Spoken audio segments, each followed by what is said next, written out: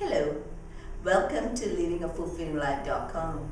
In the previous video, I talked about all our weaknesses somewhat stem from three main categories.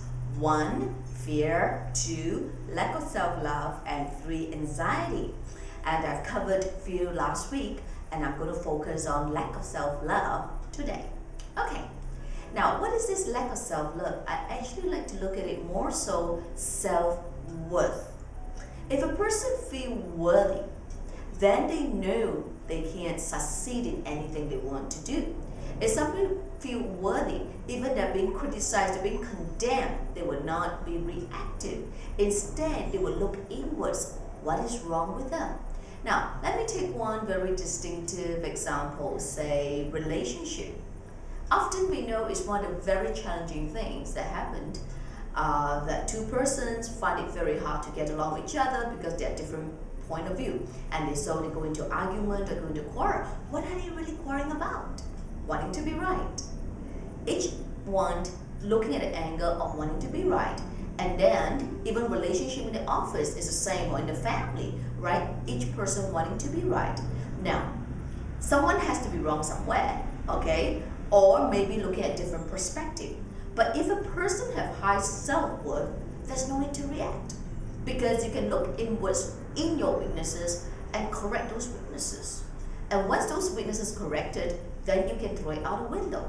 But if you're fighting, wanting to be right, but knowing the fact deep down you still have all these weaknesses you have not corrected, then you are actually reacting to your own unworthiness. That's right, think about it. You are reacting to your own unworthiness. Now, it's not anyone's fault that we don't feel as worthy, because a lot of us are conditioned not to be. Don't blame the conditioning. I say that often. Once we pass the age of 21, blame nobody.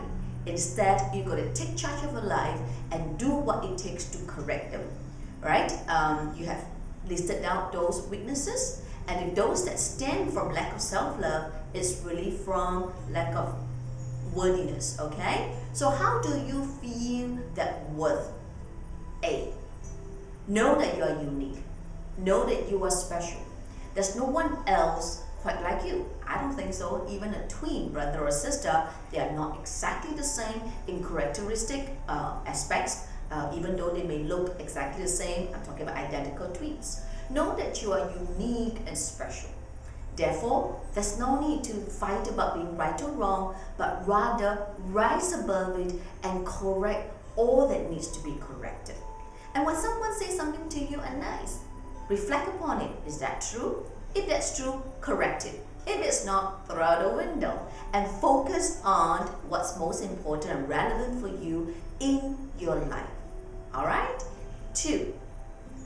Now, those aspects that you feel most vulnerable about, okay, you feel weak about somehow, all right, find ways to strengthen it. You can do it through exercises, you can do it to interest. Find something that you can be good at, because when you're good at something, that automatically will make you feel, hey, I am really worth it because I am good at something. Excel in something. It can be work, it can be interest, it can be sports, but just excel in it. When you excel in it, then your subconscious mind knows, hey, yes, that's true. I'm unique and special, and I'm good at something. All right, the third step.